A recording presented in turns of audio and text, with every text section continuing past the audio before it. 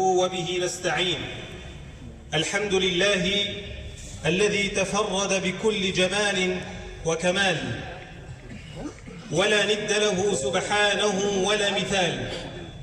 له الأسماء الحسنى والصفات العلى، وهو الكبير سبحانه المتعال. والصلاة والسلام على سيدنا محمد أشرف الخلق والمرسلين، وعلى آله وعلى أصحابه ومن تبعهم بإحسان إلى يوم الدين. ثم أما بعد، ضيوفنا الكرام، أيها الحضور الكريم داخل مسجد الخير وخارجه، سلام عاطر وله أريج من الأعماق يعبق ياسمينا. سلام الله نهديه إليكم مع الإشفاق ممزوجا حنينا. فالسلام عليكم ورحمة الله تعالى وبركاته.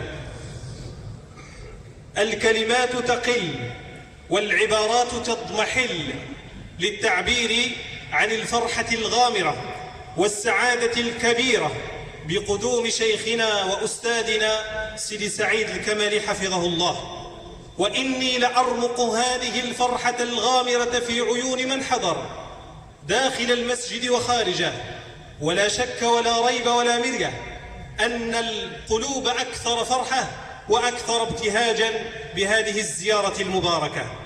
فباسم كل ما يحمله القلب من حب وشوق إليكم، وباسم كل ما تحمله الكلمات العذبة من معاني، نرحب بكم ونحييكم ونشكركم على قدومكم إلينا.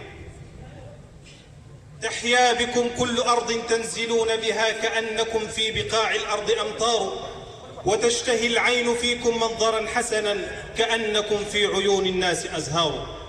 الشيخ الأستاذ الدكتور سيدي سعيد بن محمد الكمالي، الفقيه والمحدث والداعية والأستاذ حفظه الله سبحانه وتعالى، كل من بهذا المسجد وخارج هذا المسجد أكيد أنه سعيد بزيارتك.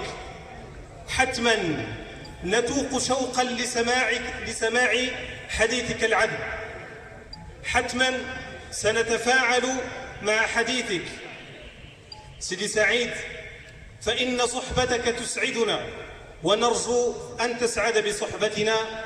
ودون أن أكون حاجزا بينكم وبين الشيخ، فليتفضل سيادته مشكورا مأجورا في إلقاء محاضرته، وجزاه الله تعالى خيرا.